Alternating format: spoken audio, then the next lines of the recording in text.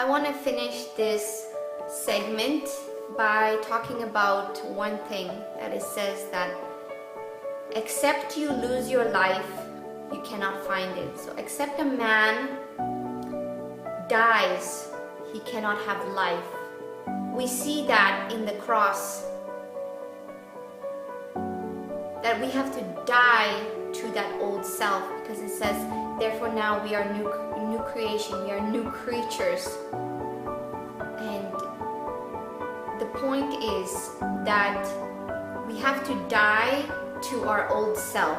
That is the old self according to the law, that was under the curse, that was under sin, and that all had to do with the law, because the law was now upon us. We were no longer under grace as in the garden, but we were now under the law. And as we see Christ's righteousness and take it as our own righteousness, believe that, and see that we are now worthy to receive all the blessings of heaven, of the new covenant, of joy and life more abundantly, and we start to walk in that Holy Spirit. Remember where I was talking about how things are done effortlessly and they come from within us with a joy of wanting to do them, and the Holy Spirit leads us to do things, and they are unconscious.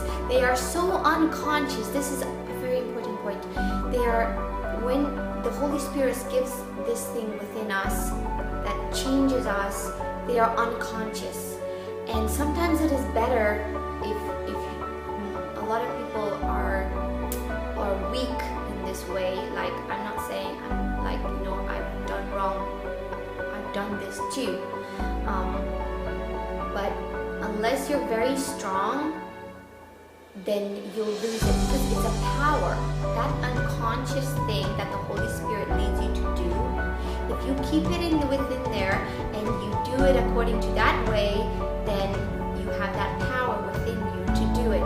But the moment you speak it out of your mouth, you put it into your mind and you speak it out of your mouth and you make it into your own words, that power is loosed out of your mouth. And if you're not a strong person, that's the moment you can lose that power, when you speak it out. So that, because you've made it conscious.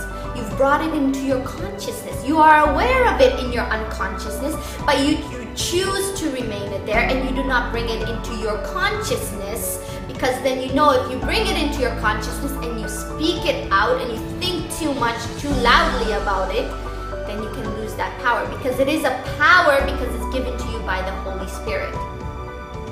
So this all has to go back to what I was saying, that it is, except a man lose his life, he cannot find it. So you have to lose the way that you were before. You also died on the cross. Remember, you died on the cross with him.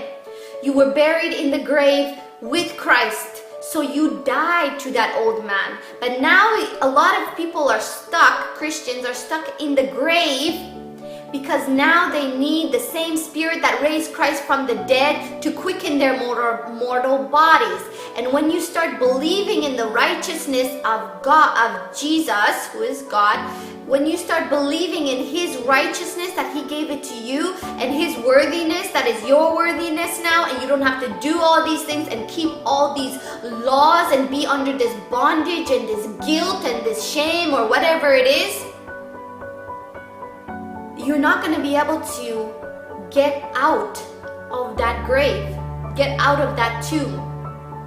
He said that he has made us to sit in heavenly places now at the right-hand side of God.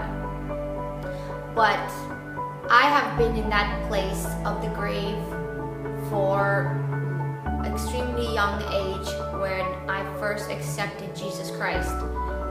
But I knew that I saw that the power was not there. That power that Jesus had was not in my life, until I realized